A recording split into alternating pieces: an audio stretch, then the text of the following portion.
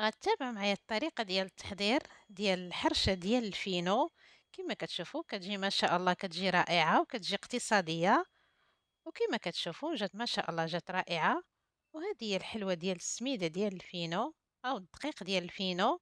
كما كتشوفوها كتجي بحال الحرشة اللي كنديروها بالسميدة. كتخرج واحد الكمية ما شاء الله عليها السلام عليكم ورحمة واقتصادية. الله تعالى تابعوا معايا وبركاته. ان شاء الله طريقة تكونوا التحضير. بأحسن حال. واليوم ان شاء الله غنحضروا هاد الحرشة. كما كتشوفوا الحرشة ديال الفينو. كما كتشوفوا هنا كما كتشوفوا هذا الدقيق ديال الفينو. عندنا كاس تاع فورس، عندنا كاس تاع الماء، عندنا كاس تاع الزيت، كاس تاع السنيده، معلقه ديال المربى ديال المشماش، عندنا جوج بيضات، عندنا 3 الخميرات وفانيا. وهنا كما كتشوفوا راه نافع وجلجلان، قبصه ديال الملحه، هنا جوج معالق ديال الكوك، وهنا السميده المويان اللي غنحضروا بها الحرشه ديال السميده. غتابعوا معايا الطريقه والتحضير كيفاش غندير التحضير. غنجيبوا بسم الله الله اكبر بيضات اللي غنقصهم كما كتشوفوهم. قصناهم. دابا غنجي كاس تاع السنيده كما كتشوفوا. قربوا مزيان.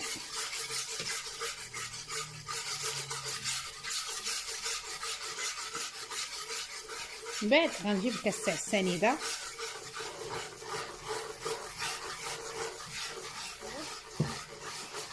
مزيان.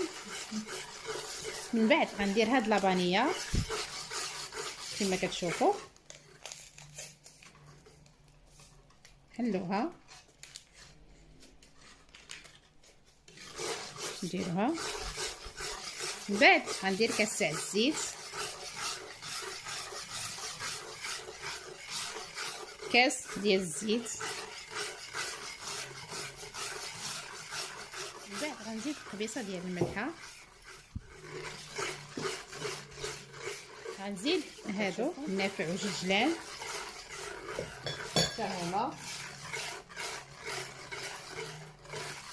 غنضيف كاس تاع الماء. غنزيدو كوفيتير. خلطوا هادشي كلشي مزيان كي خلطنا.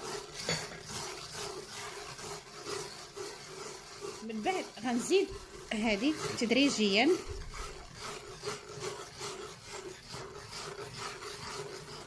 كما كتشوفوا. غنقسمها بالكاس تاع فورس.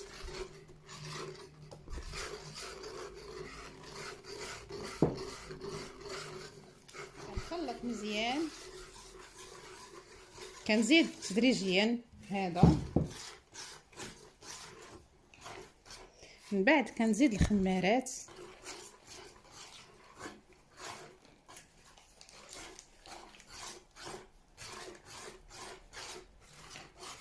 ثلاثه الخمارات. بعد كنزيد نكمل هذاك الدقيق.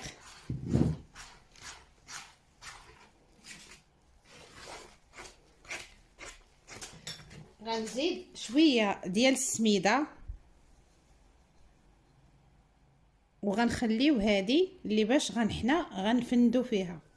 من بعد كملنا لقينا باقا شويه جاري. غنزيد نص جبانيه او نص زلافه كما كتشوفوا.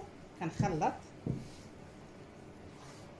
مع تبارك الله كتزاد ما جمعتها ما خلطيت. دابا راه السلوفان كما كتشوفوا. غندير لها السلوفان وغنخليها شويه تراجع. غنخليها تراجع بما تراجعات عاد باش ان شاء الله عاد باش شي ربع ساعه هكاك بما شربت غتشرب عاد باش غنرجع لكم ان شاء الله باذن الله. خليها دابا هنايا كما كتشوفوا. دابا غنخليها تراجع ربع ساعه عاد باش ربع ساعه او نص ساعه. دابا كنجيو كنعريوها. نحلوا ليها هذاك السلوفان اللي درناه كما كتشوفوها. جات ما شاء الله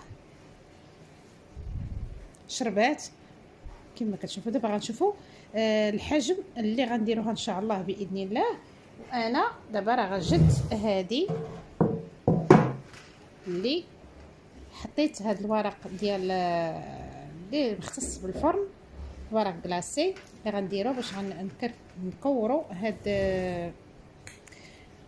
ديك الحلوه ديال الفينو. باش غنكورها بقاو معايا باش غنكملوا مع كما كتشوفوا فيها مع السنيده اللي غنخلطوها. خلطتها كما كتشوفوا باش غنفندوها. وراه غنجيو دابا غنكورو كما كتشوفوا، غنكورو الكويره ديالنا على هذا الحجم كما كتشوفوها. باش غنديروا ليها الحساب ونحطوها هنايا.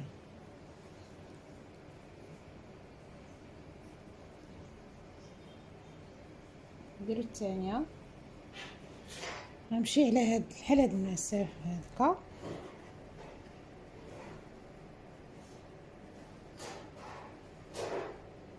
كما كتشوفوها. غنمشي هكا وغنحط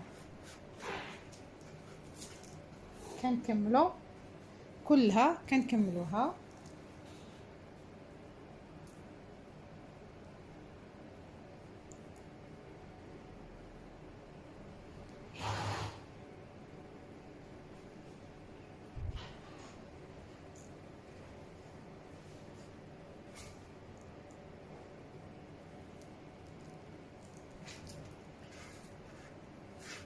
غنمشي كلشي على هذا الحجم.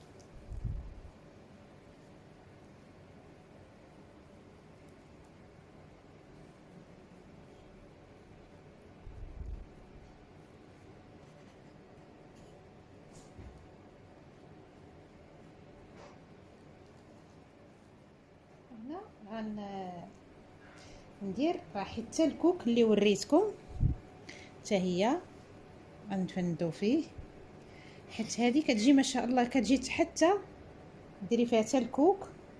الصراحه كتجي ما شاء الله كتجي رائعه، كتجي رائعه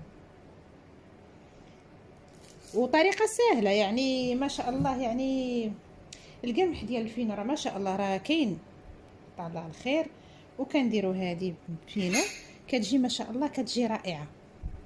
غتجي بالكوك غتجي ما شاء الله غتجي كتشهي كما كتشوف. والكوك راه خلطته مع السنيده حتى هو باش كتعطينا هذا المنظر رائع والمذاق الزوين. ها معايا تنكمل راه كملتها وغنكمل مازال ديال الكوك حيت باقا عندي العجين باقا. غنحط هذه في الفرن وغنجيكم درجه الحراره ديال الفرن غنحطها غنديرها على 200.